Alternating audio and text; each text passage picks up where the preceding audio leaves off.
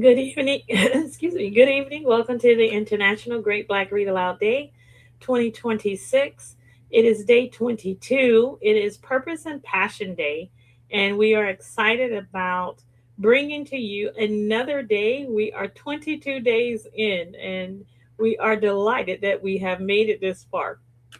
Um, my name is Oldie Robinson, and I am your reader for this evening. And we are going to commence to reading. Before we do that, we want to remind you that we are here at the International Great Black Read Aloud Day. We are giving voice to words written by Black people around the world. And also, we are here to encourage the exploration, purchase, and reading of books written by Black people. So join us as we support Black writers around the world with across all different types of genres and um, subcategories and sublits and all that stuff. Let's support Black writers. Um, so today our selection is it is, as I said before, Purpose and Passion Day. Let me get my tongue right. I feel it is Purpose and Passion Day. Everything happens when you're live. I'm telling you, when you're recording, it's okay, but when you go live, all kinds of stuff happens. So today is Purpose and Passion Day, and we have a great read for you today. On this day is one of my favorite days because I um, I want to be purposeful in what I'm doing, and it's just one of my favorite days. And so there's always so many things that we can select from. And so this year we have our selection comes from none other than the one and only Dr. Myles Munroe. Um, it is In Pursuit of Purpose, the Key to Personal Fulfillment. And although Dr. Monroe has transitioned, we still find that his words are his teachings and what he says, particularly in the areas of purpose, when you're talking about general, they are lasting words of encouragement to help us be all that we were created to be and do all that we were created to do. And so our selection for today is In Pursuit of Purpose, the Key to Personal Fulfillment by Dr. Myles Munroe. And we're going to be reading from really the first one, chapter one. There's because it is it sets a tone for the rest of the book. And so I highly encourage there are a lot of books that we read. We purchase a lot of books to be able to bring them to you at Tig Brad. And there are some books that are life changing. They're pivotal books for us. And this is one of those books. I've been reading Dr. Myles Munroe's works for a long time and listened to his teachings for decades. And it has made a change in my life, even through some of the toughest times. I've always had to go back to what's the purpose, Londa. Even when I can't, even when I've been unable to see it, I've always been able to go back to what's the purpose. And so this is chapter one, Understanding Purpose. Until purpose is discovered, existence has no meaning, for purpose is the source of fulfillment. It was a moment for which everyone had been waiting all evening. The thunderous applause of the excited crowd filled the air after the mayor made the announcement. Ladies and gentlemen, it gives me great pleasure to present the annual Outstanding Citizen of the Year award to Dr. Clyde Wilson Jr. for his distinguished service to this community. A well built, clean cut man rose to his feet and walked confidently toward the stage. Sitting at the table he had left were his father, Mr. Clyde Wilson Sr., and his mother, Emily. This was the moment for which they had waited all their lives to see their son become all they had ever envisioned for him. As pride filled their hearts, they knew that no one in the room could understand their sense of accomplishment, satisfaction, and fulfillment. Mr. Wilson had always dreamed of being a medical doctor. While his son was still quite young, excuse me one second. While his son was still quite young, the father had told him that he would do whatever it took to see that his son could become the doctor the father had never been.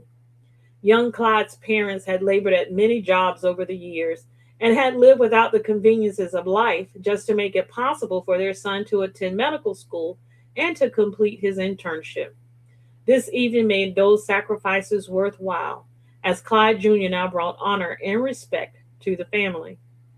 As Dr. Wilson stood on stage holding the plaque, the crowd rose to their feet.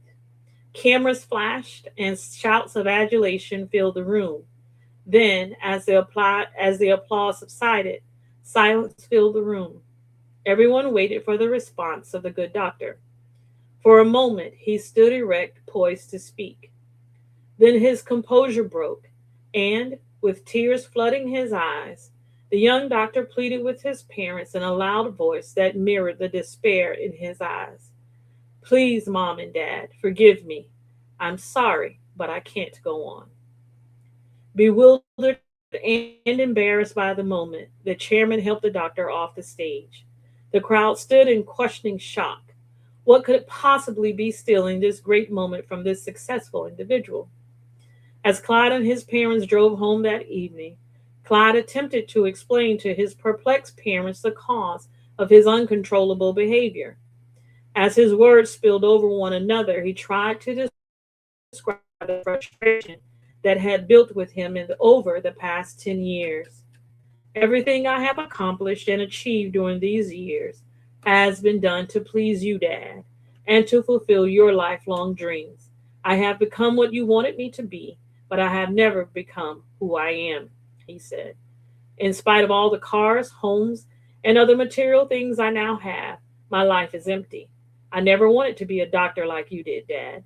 In truth, I hate being a doctor. I always wanted to be a musician, but you and Mom would not allow me to follow that dream.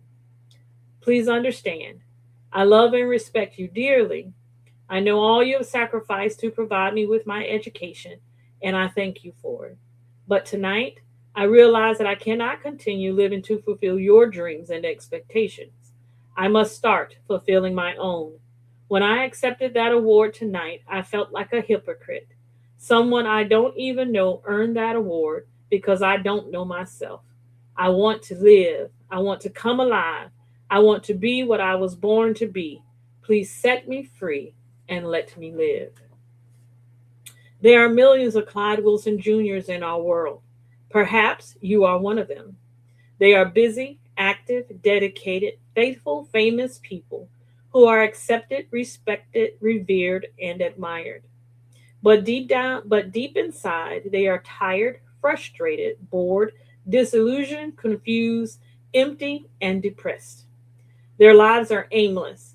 Day after day, they go on smiling, pretending, and living up to an identity and a reputation that is different from them for that is different from their true selves. The lie they live and the inner yearning to be freed from the tyranny that binds them are constant sources of internal conflict. Whether black, brown, yellow, red, or white, you and I are pulled by destiny toward meaningful, fulfilling lives. The human need for personal meaning and satisfaction is universal. Each of us must discover this personal purpose and pursue it relentlessly, or we will fail to live rich, whole, meaningful lives. Success without fulfillment. Human beings, no matter who they are or where they live, all want to be, quote, successful. This success is usually defined by the superficial rewards that are so glorified by the media: wealth, power, fame, wealth, power, fame, luxury, and prestige. The goal of material achievement is drilled into us from an early age. Parents urge their children to work hard so they can, quote, be somebody, end quote. Schools add to the pressure by using competitive grading and all by, excuse me, Schools add to the pressure by using competitive grading and by offering rewards for outstanding performances. Bookstores are loaded with manuals that instruct readers how to get to the top of their fields so they can accumulate power, wealth, and influence. And magazines, complete with cover photos that glamorize the rich and the famous, boldly promise shortcuts to success. This relentless pursuit of success has produced some unglamorous results. Divorce and suicide rates continually climb. Violence, environmental destruction, and white collar crime plague every community. Emotional depression, particularly in men and women between the ages of 25 and 44, has multiplied, excuse me, has multiplied tenfold over the last two generations. The internal benchmarks that denote personal and corporate fulfillment are noticeably missing from our world, and a positive sense of direction that encompasses the totality of life is obviously lacking for the majority of people. This poverty of satisfaction and meaningful existence is no small matter. A professional career and a large bank account cannot provide these absent ingredients. No amount of accomplishments can replace the power and the motivation of finding your own special niche and working toward your dreams. Inner emptiness is a lot of those who lack a clarity of purpose or those who struggle to live up to someone else's definition of success, be it that of a parent, a spouse, a boss, or society in general. Reaching the top of the professional or social ladder is meaningless if it sacrifices personal gratification and well being. As children, we learn to see academic, professional, and financial achievements as good, and failures of any kind as bad. Thus, the measures of achievement we receive from the previous generations have always been outwardly directed. Success in the eyes of others has been assumed to be personal success, for acclaim from others is the accepted requirement for receiving the quote successful end quote label. In many cases, the acclaim of others and our personal assessment do not match.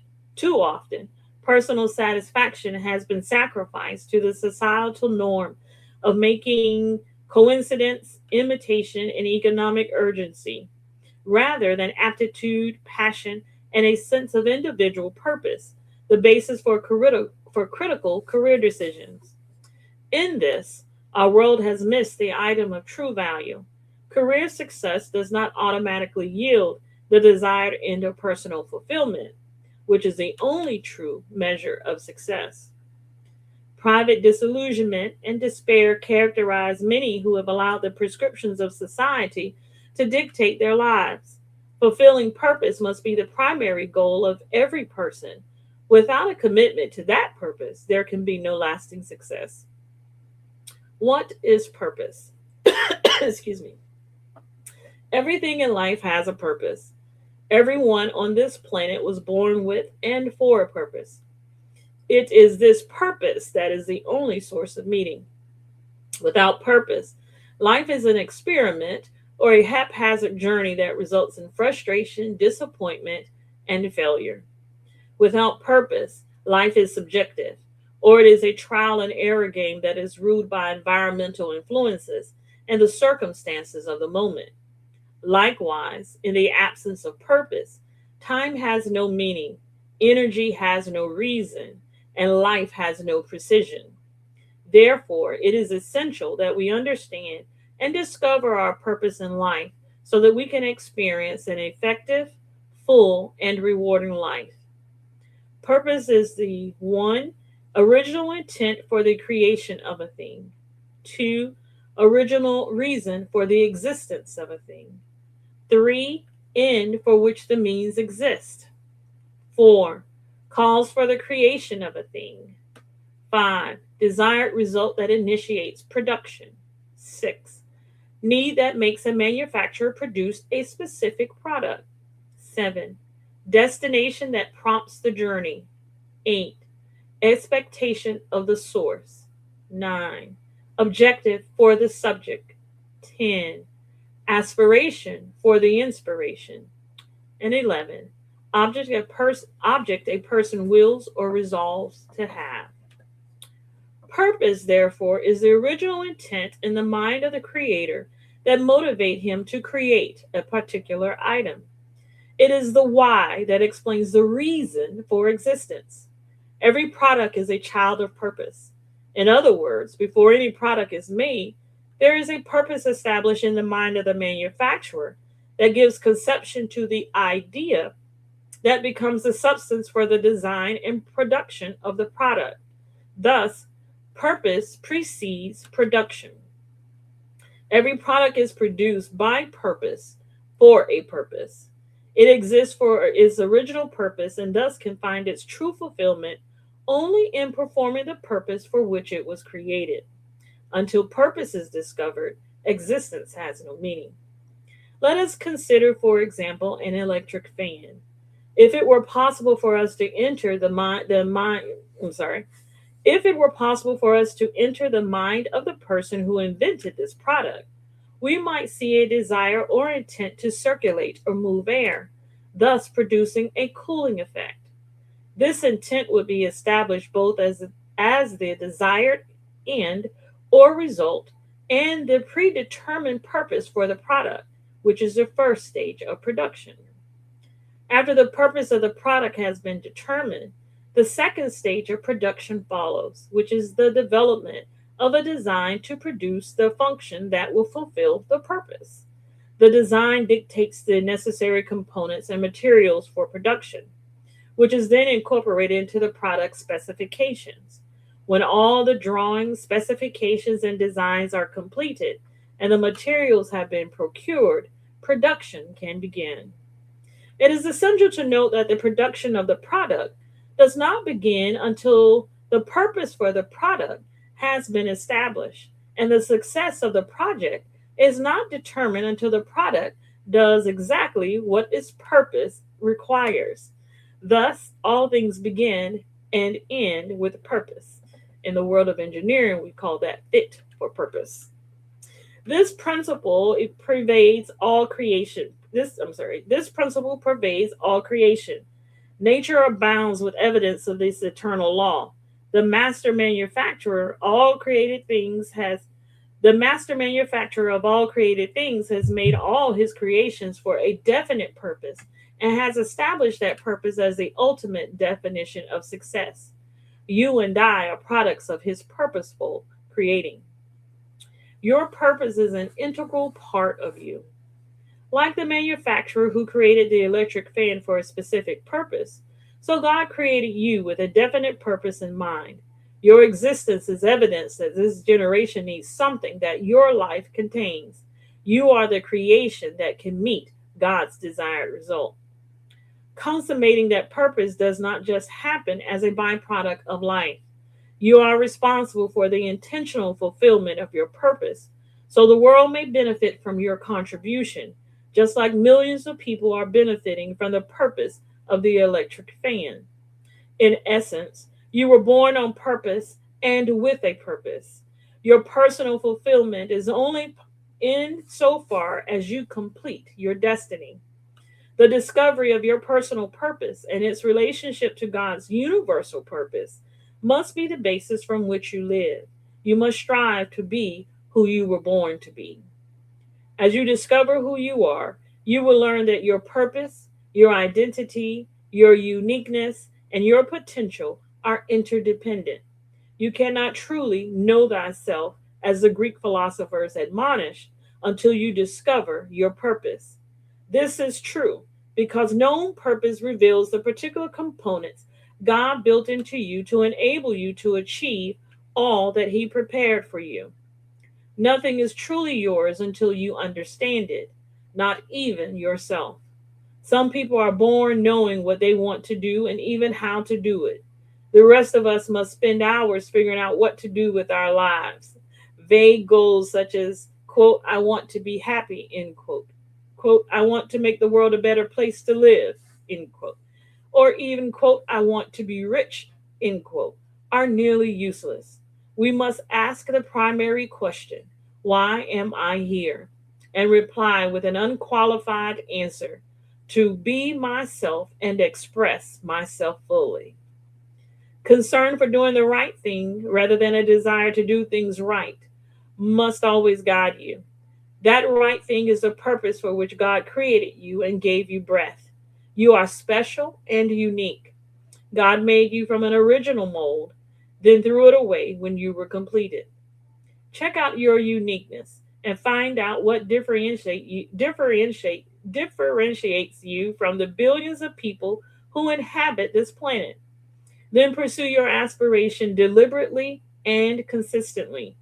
Be what you are. Capitalize on the natural skills and talents with which you were born and don't lose them. When others belittle your special gifts and try to remake you according to their plans and purposes, refuse to yield to their domination. Don't let anyone prevent you from becoming and doing all that you were born to be and do. Remember, if you don't deploy yourself, others will soon employ you. Above all else, pursue purpose with a passion and experience the reason for your life. The purposes of a person's heart are deep waters, but one who has insight draws them out. Proverbs 20, verse 5. Principles from this chapter. The human need for personal meaning and satisfaction is universal. Personal fulfillment is the only true measure of success. Fulfilling purpose must be the primary goal of every person. Everything in life has a purpose. Purpose is the original intent in the mind of the creator that motivated him or her to create a particular item. Purpose always precedes production. All things begin and end with purpose. God created you with a definite purpose in mind. And this has been our selection for this evening, coming from In Pursuit of Purpose, The Key to Personal Fulfillment by Dr. Myles Munroe. And we hope that you were able to tune in earlier today to listen to Dr. Evelyn Bethune on this day of purpose and passion as she read from her very first published book called Bethune, Out of the Darkness into the Light of Freedom. You can certainly go to our Facebook page, which is at Black Read Aloud, or just type in the International Great Black Read Aloud Day, or you can go to our YouTube channel by the same name, and you can pull up and view and listen to her read a very encouraging story about her grandmother, Dr. Mary McLeod Bethune. We hope that you have enjoyed today, and we will see you tomorrow for day 23 of the International Great Black Read Aloud Day.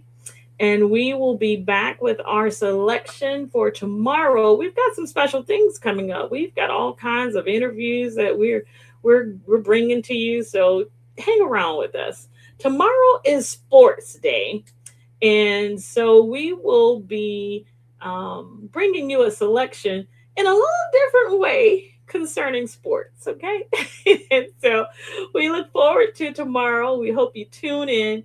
We'll be back sometime tomorrow with our selection for the day. We want to tell you good night. Have a wonderful evening or good morning, depending on where you are in the world, or good afternoon. We want to say thank you for tuning in to the International Great Black Read Aloud Day. We appreciate you tuning in. We don't take it for granted that you take time to listen to us read. And we hope that you have been enjoying this year's selections. And we will see you tomorrow. Have a great night. We'll see you later.